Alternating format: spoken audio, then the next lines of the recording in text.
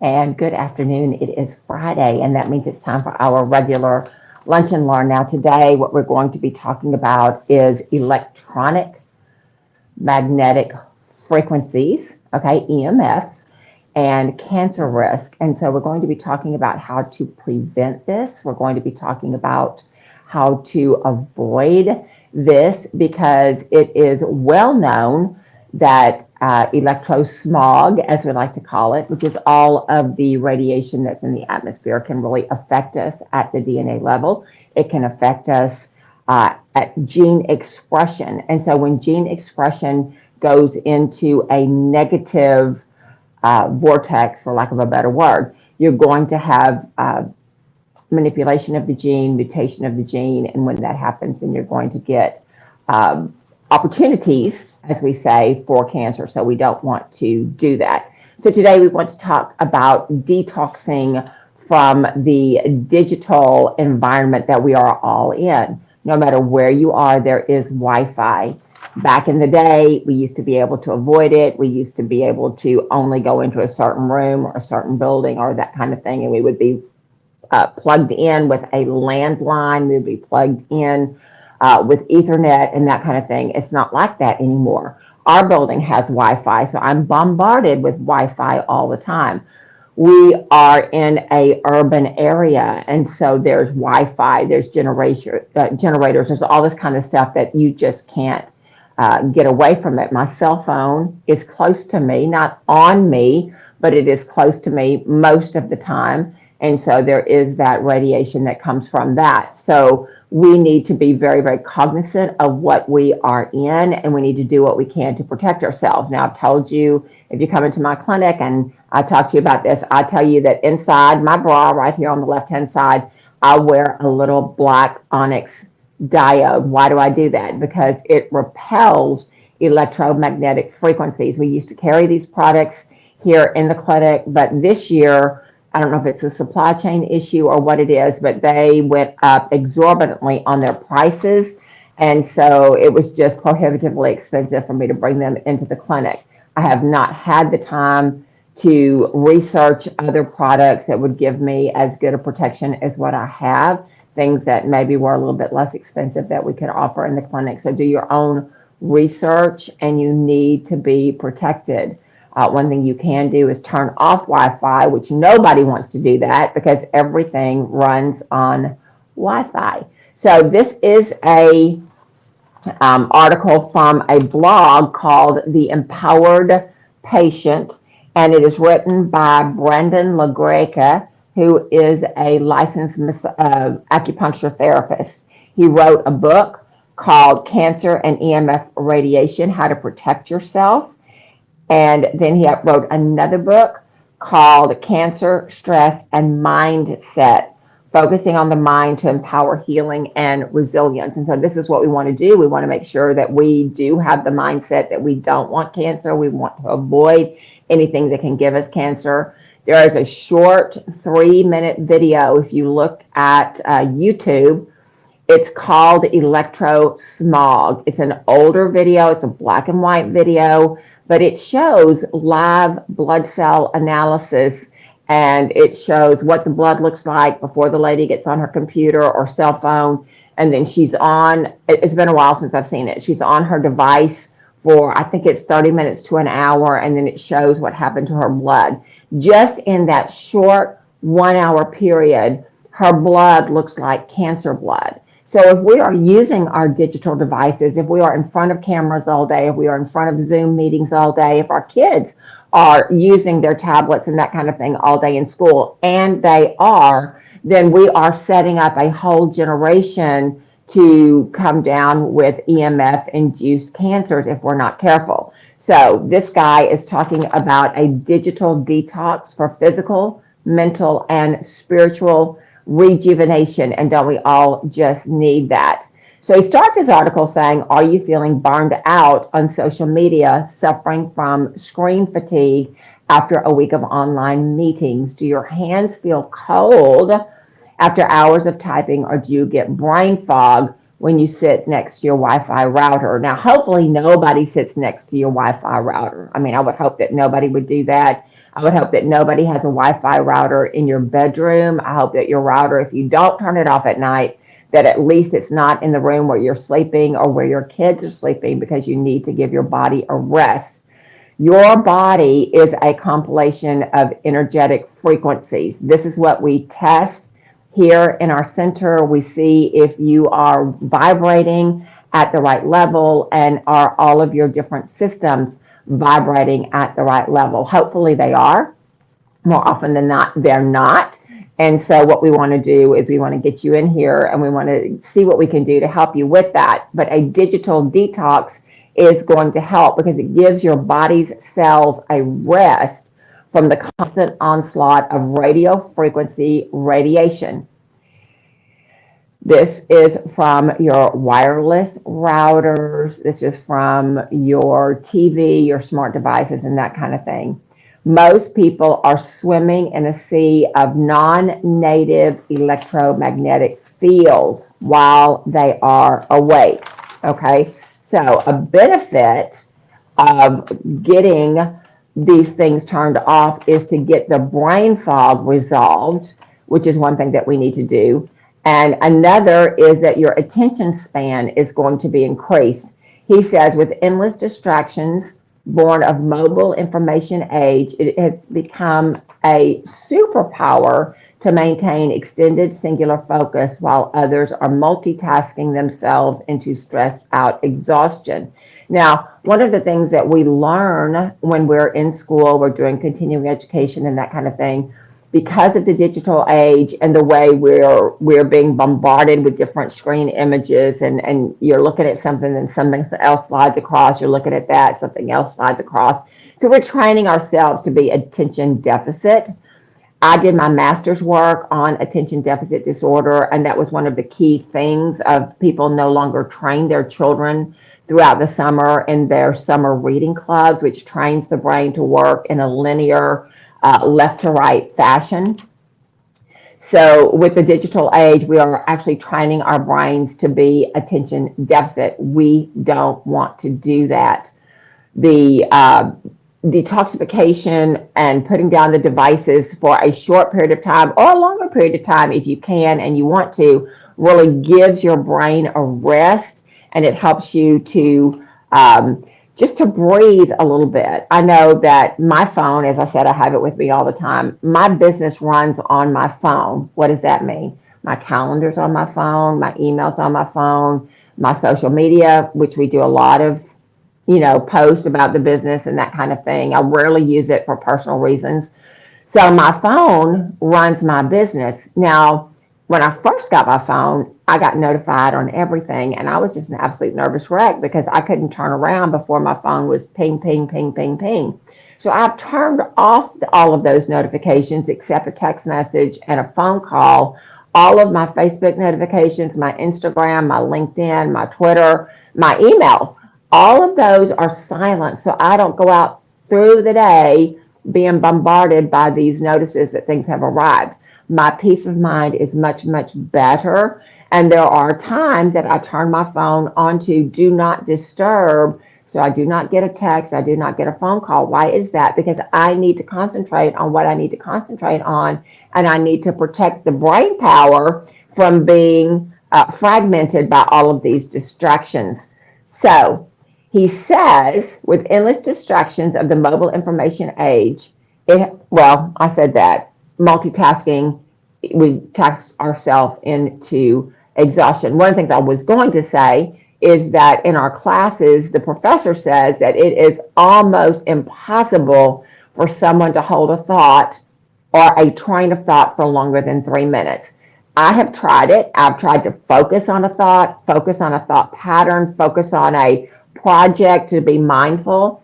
And I am finding that I will drift off into something else, not necessarily digital, but I will drift off into thinking something else, and I'll have to pull myself back. And then I think about something else and I have to pull myself back. You might notice that when you're praying, and all of a sudden you're thinking about all the other things over here that you're thinking about. And that's because we've trained ourselves with the distractions. So we need to not do that. It says you will be surprised at the ease and insight that flows from a more relaxed, distraction-free environment. So how do we do that? Well, one of the things we want to do is we want to choose our time frame very carefully. For some people, they have to use their computers for their work because they're working virtually. They've got meetings. I have meetings. I have virtual meetings, all that kind of thing. And so in the work week, it's not necessarily a good time to do that. However, she says, or he says, that you can pick a day, a weekend day, where you can absolutely turn your phone off and have a day free of digital distractions. He says here he takes Sunday as his weekly digital detox, since work responsibilities are absent by my choice and my design. So he crafts his life like that. I craft my life that my phone is on do not disturb for certain hours of the day. Why is that? Because as I said earlier, I need that capacity, that mental capacity, that undistracted time for prayer, for meditation, for planning, all that kind of thing. We're going to talk about planning a little bit more in a little bit. So he does it on Sunday. He says a longer digital detox of a weekend or a vacation might be better for you. If I had children in my home, I probably would not let them have cell phones. And if they did have cell phones, they would be very, very restricted for emergency use only if they were out of my presence and they needed to be in touch with me. I'm just telling you, no child needs to be on Facebook. No child needs to be on Instagram. It deteriorates their mental capacity. So I'm just throwing that out there. I don't think that's a good thing. I know a lot of you do that, and you're responsible for your own children, so I don't want to get in your business. But I'm just saying, if I had children in the home, they could text, they could phone call, and that would be just about it, okay? It says once you have decided on the day for your digital detox, turn off all devices at bedtime the night before and stash them out of sight so there are no temptations. You will keep them off for the full 24-hour period until the morning of the day after the detox. If you can survive a day without interfering with the screen, you will be rewarded with an astonishing amount of free time. Now, I love to read. And so when I am reading, whether I'm reading a digital book or whether I'm reading a paper book, my notifications are set to off. Why is that? Because I want to enjoy my reading without being bombarded by digital chatter.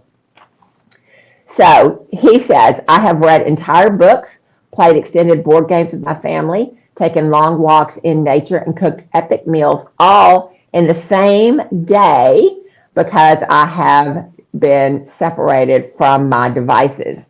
He says, but what I value most are the moments of introspection that punctuate an extended period without distractions. Every late December, he says, I compose a working document of goals for the year ahead. Every digital detox Sunday, I review these goals and establish action steps for the coming week.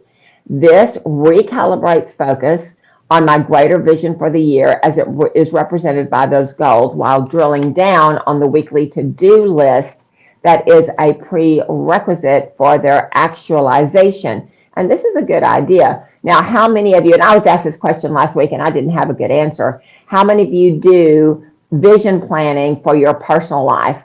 I do vision planning for my business life, but for my personal life, I have goals, I have dreams, I have expectations, but do I actually have them written down, and do I have them written down into action steps? No, I don't.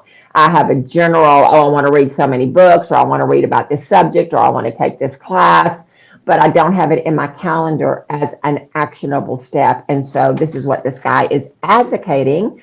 And at my business meeting last week, I was prompted to do that as well. So you know what I always say, in the mouth of 2 or 3 witnesses, let everything be established, right? So this might be a very good thing for us to do, to make sure that we don't just let life happen to us, but we craft the kind of life that we want. He says goal writing might not be your thing, but keep a pen and notepad handy, because creative ideas flow on a digital detox day.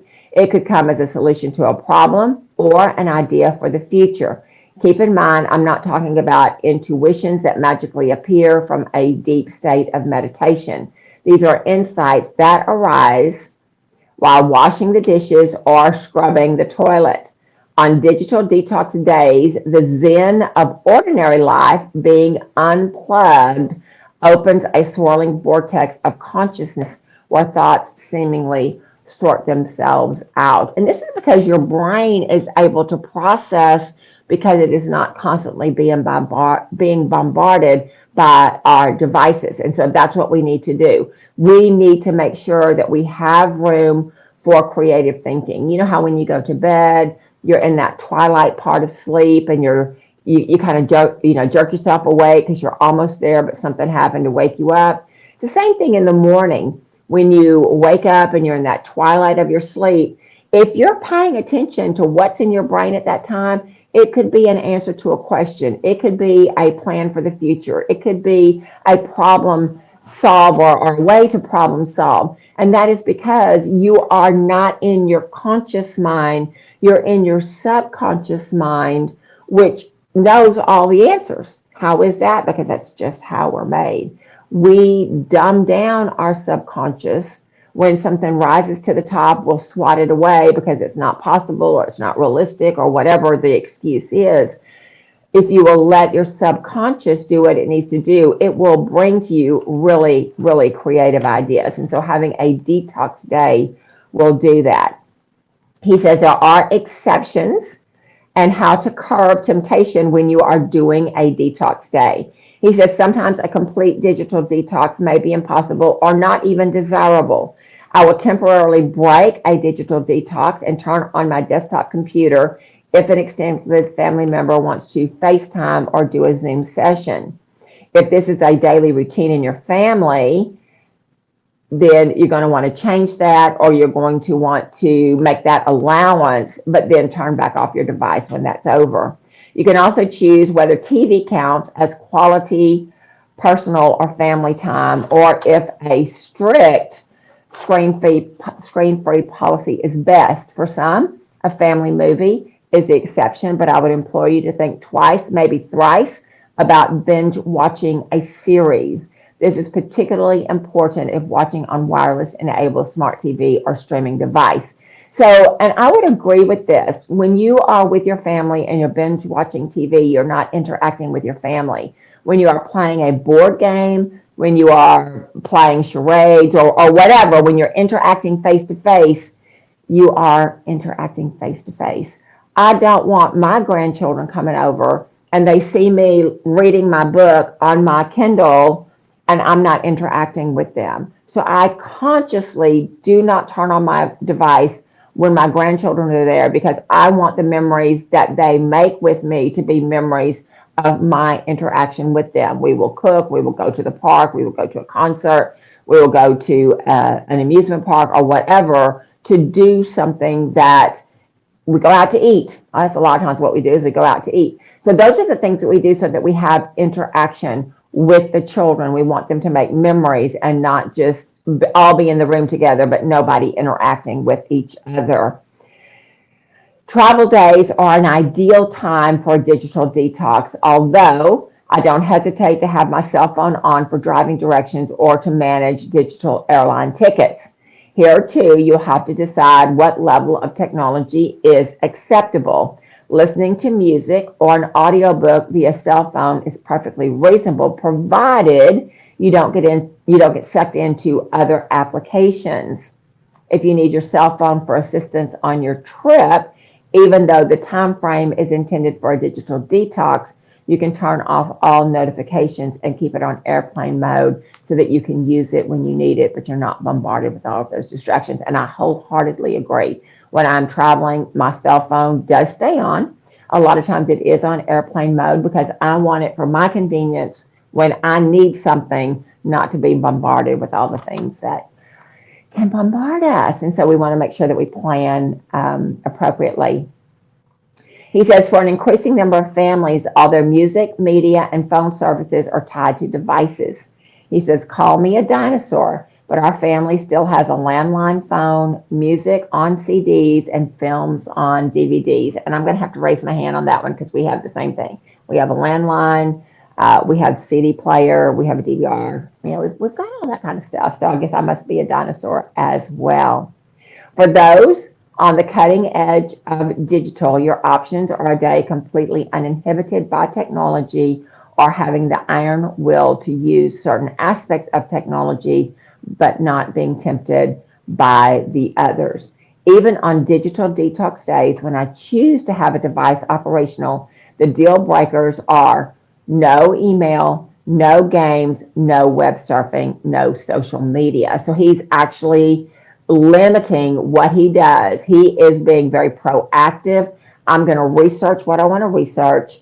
I'm going to do what I need to do. I'm not going to be passively assaulted, for lack of a better word, by things that are not in my game plan for the day. He said, I still may text during travel or trying to coordinate a gathering, but nothing is extraneous or capricious. One final pro tip. If you keep the to-do list on the device, make a sticky note, an acceptable area, or a scratch pad in your pocket to jot down thoughts that can be transferred to your digital device on the day after the detox day. So he's talking about his book now, and he says the 2-year anniversary of my book, Cancer and EMF Radiation, has passed, and the proliferation of electromagnetic fields, now including 5G, has continued unabated. Not that I thought that my humble book would stop or slow the billion-dollar telecommunications industry, nor do I believe it's even possible. Our only hope is a cross-pollination between the fields of bioelectrics and radiation physics. Until that fateful day occurs when wireless routers are tuned to harmonize with biology, it is advisable that we take breaks from technology. Now, what you may or may not know, there is an electromagnetic wave. I'm going to call it a wave. It's called the Schumann wave, and it is the frequency of our Earth. Everything in our body, if it is tuned properly, will be tuned to the Schumann wave. When technology, and there could come a day when technology is tuned to that frequency, and then electromagnetic frequencies won't hurt us anymore because we are already tuned to that frequency. So if you want to have a good deep dive into the Schumann wave and what it is and how you can do things at your desk to integrate with it, there's a way that you can bounce your foot and bounce your leg and different things that you can do to get connected to the Schumann wave. But when you are connected with that, you're going to be much more peaceful, much more calm, much more creative, because that is the wave of our sphere, of our Earth. We get anxiety, we get panic attacks, we get chaos when we are vibrating, oscillating off that Schumann frequency. So how do we get off of that? By being plugged into our devices all the time, by being bombarded with the Wi-Fi, and the 5G is particularly dangerous. He says we don't need to wait to find out what would happen when we all get tuned up. It says the time to be present with loved ones, in the headspace to be happy, they all might be found by a vision that turns away from the ubiquitous screen and inward to the heart. The screen is bright, but human beings are brighter. So that's a lot to think about, because all of us, I'm talking to you through a device. You're probably watching through a device, and thank God we've got those. However, we need to be mindful how we use them, how often we use them, how much close proximity that we use them. We've said this before. You may remember, you may not remember, but they did research. And when we used to wear the phone on our belt, I used to do that. I'm sure some of you used to do that as well. Some of you still do that. On the side, if you're a man, on the side that you wear your phone all the time, that testicle will start to shrivel. They've measured it in hospitals. I'm just telling you. Women, your ovary that sits right under that phone will start to shrivel and you're going to have some problems. So this is really, really important for young people.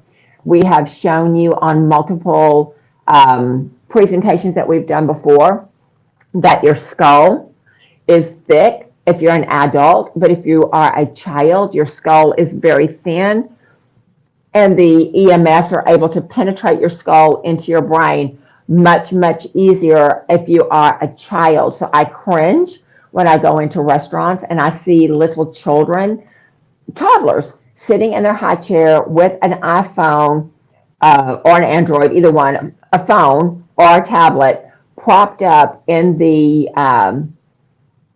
tray, high chair tray. Okay, it's been many years since I've been doing this.